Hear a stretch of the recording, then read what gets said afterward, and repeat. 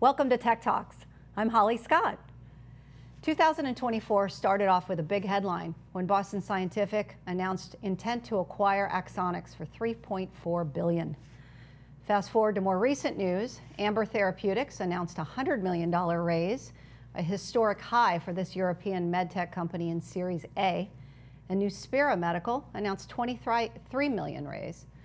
This is all positive excitement and momentum for neuromodulation and alternatives for the patient population that needs them the most, especially when 1 out of 11 individuals are affected by overactive bladder, 1 out of 12 with fecal incontinence. The time couldn't be better. So with all of that, I'm thrilled to have with me today David Constantine, the CEO and co-founder of Juniper Biomedical. Welcome, David. Thank you very much. It's great to be here, Holly. Great to have you. Yeah, so before we jump into what's special and magical about Juniper's technology, I'd love to hear a little bit about your entrepreneurial journey. Sure. I had the fortunate opportunity to find my way into medical technology, med device development, and worked for a few multinational companies, and then found my way into a well-funded startup where I again was working in R&D in my core title. And those early career experiences, both large multinational and startup and environment, really shaped two primary things for me. One, they gave me a mountain of experience that was very relevant to everything forward moving, that ranged in terms of individual focus areas and the bigger picture of end-to-end device development and what makes a venture come to fruition. But the other thing that I think was really important was I figured out what motivated me most, and that is in a couple different capacities. Number one, I found that especially in an early career where you have less control, in a large company environment, I had less of an opportunity to have an impact on the focus of my endeavor. The second element, and in a small company, you do have much more control, especially in a startup environment. You get to wear a lot of hats, and I got that experience. But the second element that dovetails nicely with that is just that I found that I was deeply, deeply motivated by clinical impact on the patient. And what that mostly means is finding problems that are meaty, unmet needs, not just a line extension or an adjacency. And that's what large companies tend to do, understandably. They go an inch to the right or an inch to the left of what they have today. And so I figured out what really lit my fire was going after these big, meaty problems. And that meant startups. That really meant an entrepreneurial environment. Figuring that out relatively early in my career pointed me down the path of entrepreneurship. Interesting. What was that first door for you? Was there a moment? Was there a mentor? Was there a tech? What was it that kind of incited you and turned you left versus right? Yeah, I think first of all, I think there were many mentors, whether they knew that they were a mentor or not. And my first experience in an entrepreneurial venture was Omnisonics Medical Technologies after Medtronic and Smith & Nephew. And Omnisonics was a well-funded, venture-backed med device company. So I got the lay of the land there. But my first entrepreneurial venture where I was a co-founder of the entity was with Mass Challenge, which was not in healthcare at all. And that was really my entrepreneurial MBA, where I got to make a whole bundle of mistakes and learn a lot about how I operate in different environments. I learned a ton about team, what works really well, and what I might change about how I would approach it. And in particular, how different types of organizations need to be led. And so fast forward from that experience through a few different entrepreneurial environments and entrepreneurial ventures, I found my way into really the highlight of my entrepreneurial career to date, which is Juniper Biomedical, where I really bring to bear all of the insight from my past co-founders, my past advisors, some of whom I stay deeply in touch with, and are very helpful today. That's incredible, and that's the neat part about entrepreneurial journey and why I start with that, because it's never linear, right? It really does. It comes from usually a whole wave of various triggers that bring you to this moment. So where did the idea come from in terms of this technology? Before we jump into the therapy, just curious on where you started where you started with this platform. Well, so the not so much the idea, but the research that spawned the opportunity was from my co-founder, Dr. Mario Romero Ortega, who's the chair of the Department of Biomedical Engineering at the University of Arizona, and at the time he was at the University of Texas, and he, with a number of academic colleagues, uncovered an ability to treat with distal nerve targeting a new type of neuromodulation therapy for urinary incontinence. And part of what went along with that was a novel, very, very small implant that directly coupled the distal target nerves. That foundation needed a lot of refinement, as all early innovations do. And so our team has really evolved both the technology and the landscape of therapeutic capability with that technology. But the origins were Mario's lab and Mario's colleagues. Also in Mexico, we've worked with a number of different academics down there as well. So it wasn't one person. It certainly wasn't my idea, but I think all of the team has come to recognize the very clear opportunity that we had to mold out of very, very messy clay early on into what is looking a lot more refined today. Excellent. Yeah, it's interesting as an organization, we've followed and seen and had the opportunity to be part of the growth in neuromodulation in a number of applications. And it starts with the journey of the patient and not being able to satisfy what needs to happen to get the optimal outcomes. And usually, and I'll come back to this particular journey as we zoom out here, usually it starts with drug regimen that just isn't working for everyone. So maybe before we get into, for our audience so that they understand, before we get into specifically the technology, could you tell us a bit about the patient journey to date, how someone goes in, how they're diagnosed, and what their traditional treatment options are? And then maybe we could talk more about what makes us special. Yeah, that makes sense. Why don't I give an overarching view of the company and its position and why we're focused on urinary incontinence. So our company is focused on developing dramatically improved solutions for pelvic health conditions, including urinary incontinence, fecal incontinence, sexual dysfunction, chronic pelvic pain, pelvic organ prolapse, this whole spectrum of unmet or weakly treated conditions with a unique neuromodulation microimplant. And our first application in that is to treat mixed urinary incontinence, which is a population that has both overactive bladder, urgency symptoms, frequency symptoms, and stress incontinence. And stress incontinence is laugh, cough, sneeze, exercise, leak. So about a third of the 78 million, roughly, by some counts, women alone in the United States who have either of those conditions, about a third of them by count, and actually a lot more, have mixed incontinence. And there's no solution on the market today that treats mixed incontinence. So the doctor instead has to tease out which is the dominant condition to then offer the patient currently a major invasive implant under a general anesthesia that the vast majority of patients don't really seek. So over 90% of patients who are good candidates for those treatments for moderate to severe incontinence don't get them. So it's a combination of a big gap in the market in mixed incontinence and an opportunity to really improve the options for patients with moderate to severe cases. And to your question about journey, this is a long journey for patients. They begin with symptoms going, well, this is not fun. I don't want to deal with this. And this is maybe more moderate cases that initiate with behavioral modification, Kegel exercises, changing the way that you approach fluid intake. There are various over-the-counter products that can help potentially to improve the strength generally of the pelvic floor or improve certain symptoms. There are, if you want to step to the next layer of intervention, and these are not a sequence required for patients necessarily, but sort of layers of risk or invasiveness. There are injections for stress incontinence. There's urethral bulking. For overactive bladder, there are Botox injections.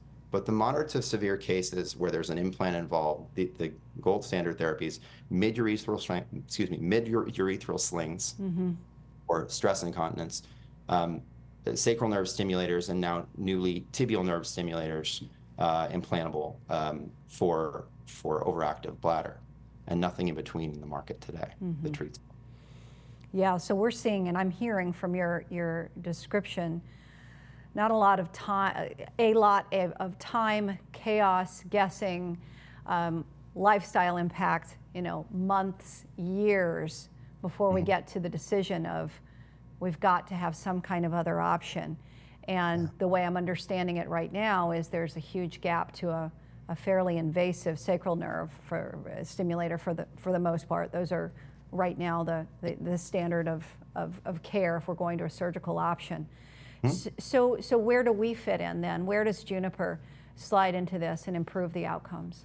So Juniper has a very, very small implant that goes in under it's about half the size of a US dime, that goes in under a local anesthesia.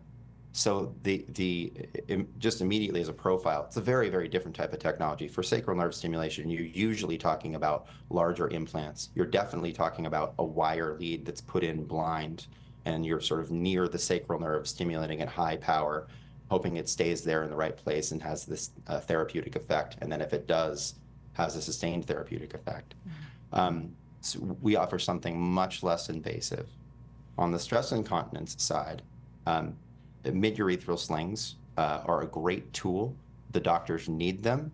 They have some checkered data based on certain people's perspectives, and they are related optically from patients' perspectives to surgical mesh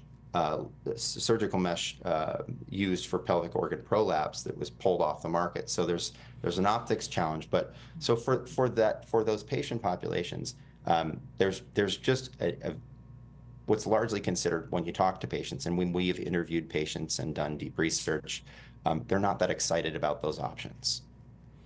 Sounds so like improving on that. Yeah, I think then there are nuanced features related to how we can improve what the patient experience is, and the effect of the device, and the ability to treat both stress and overactive bladder is a dramatic improvement relative to what's here today. It sounds like a simple procedure. This is an outpatient procedure? Is what you're targeting? Yes, this is an outpatient procedure. It should be about a 15-minute procedure in a clinic.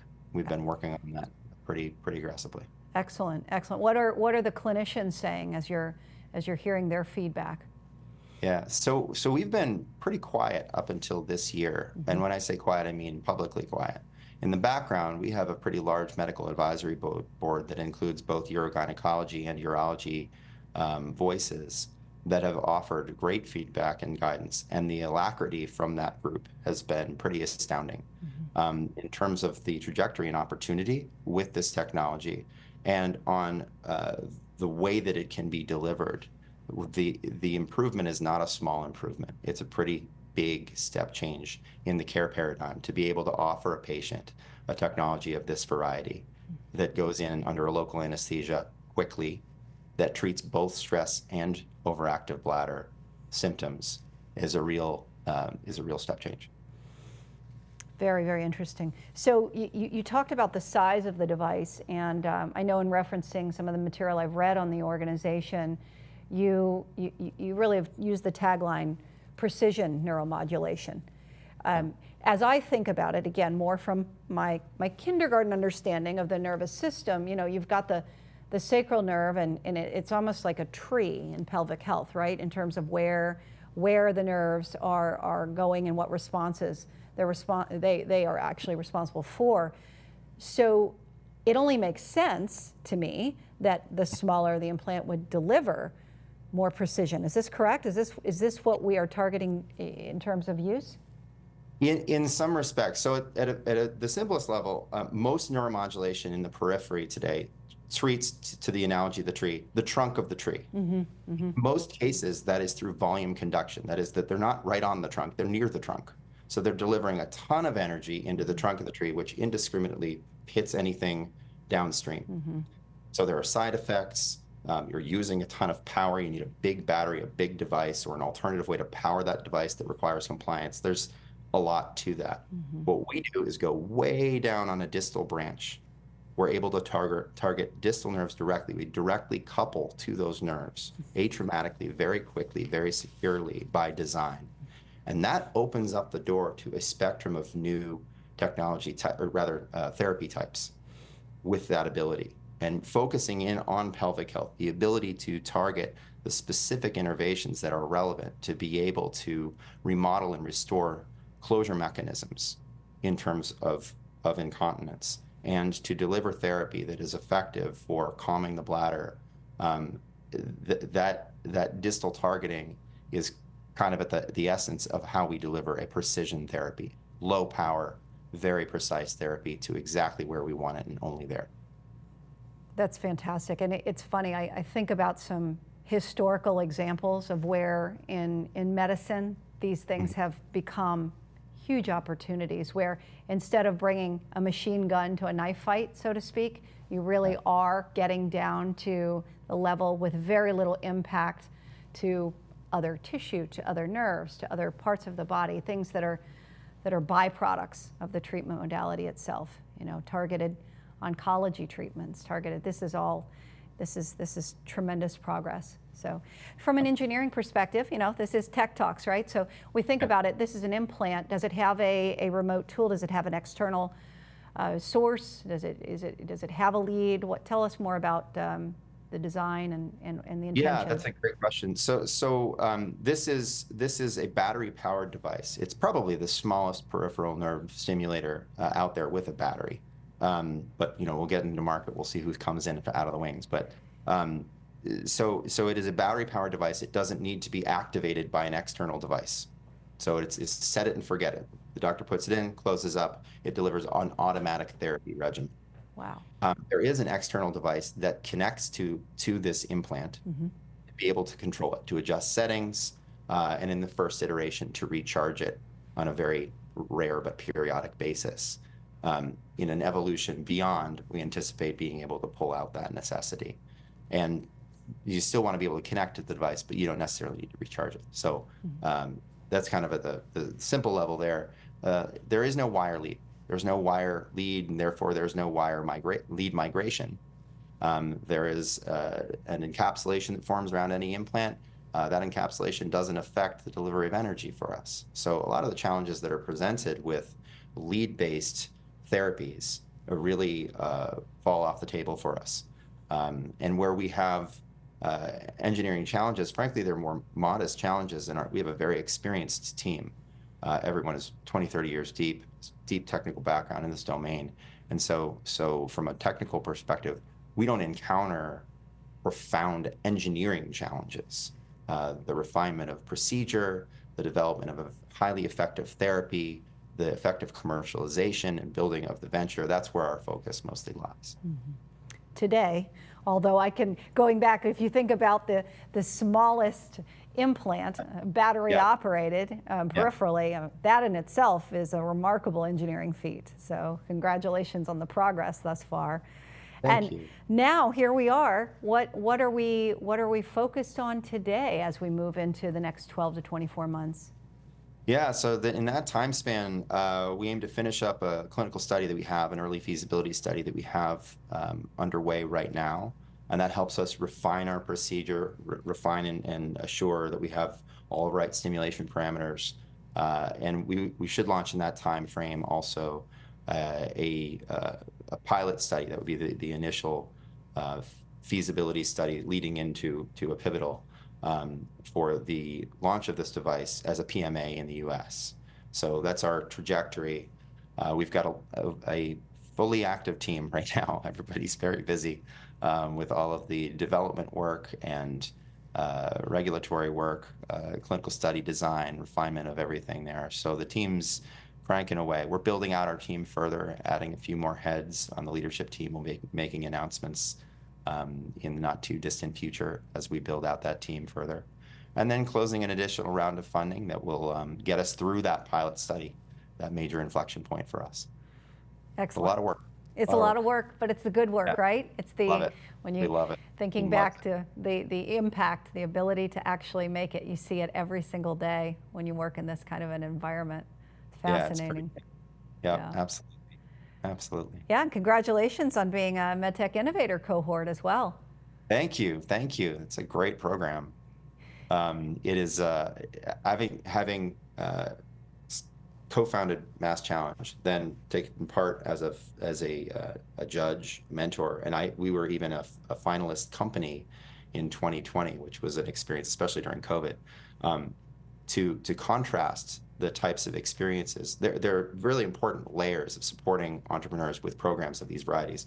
MedTech Innovator is a really advanced program, and what I mean by that is they've done an exceptional job building a community that takes part in assuring that the cohort is made up of really, really good people, people that want to help each other as innovators, that recognize that they can be vulnerable and talk about the challenges that they have in front of them.